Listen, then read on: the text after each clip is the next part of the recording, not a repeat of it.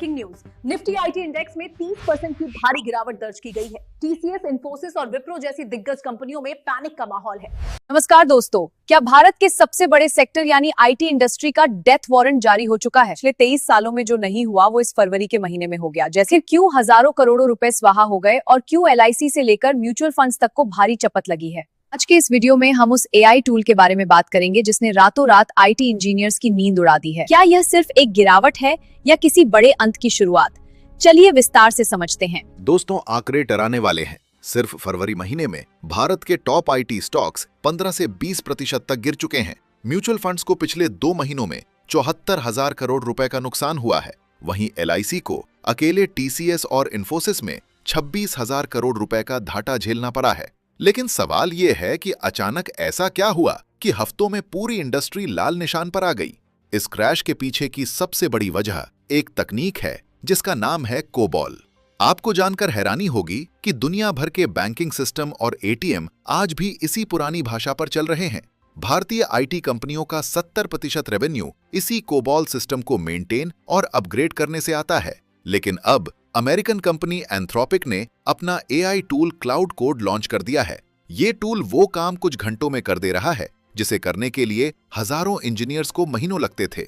जब काम मशीन और एआई से इतनी तेजी से होने लगेगा तो विदेशी कंपनियां भारतीय आईटी कंपनियों को करोड़ों के कॉन्ट्रैक्ट क्यों देंगी? यही वो डर है जिसने पूरी इंडस्ट्री को हिला दिया है।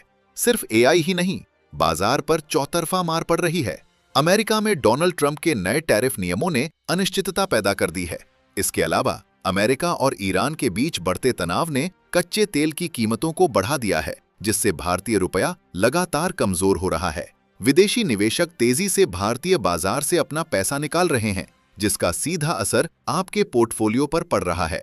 आईटी सेक्टर की इस मंदी का असर सिर्फ शेयर्स तक सीमित नहीं रहेगा।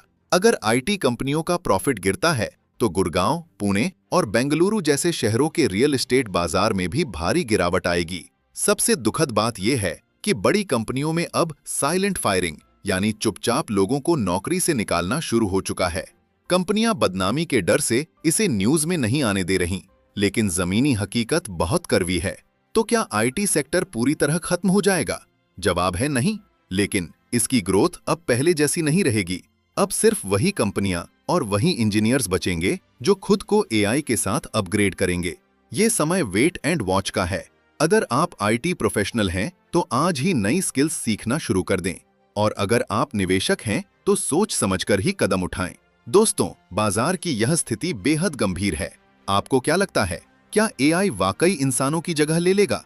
अपनी राय कमेंट में जरूर बताएं। बाजार और अर्थव्यवस्था से जुड़ी ऐसी ही गहरी एनालिसिस के लिए हमारे चैनल को सब्सक्राइब करना न भूलें। मिलते हैं अगले वीडियो में। धन्यवाद।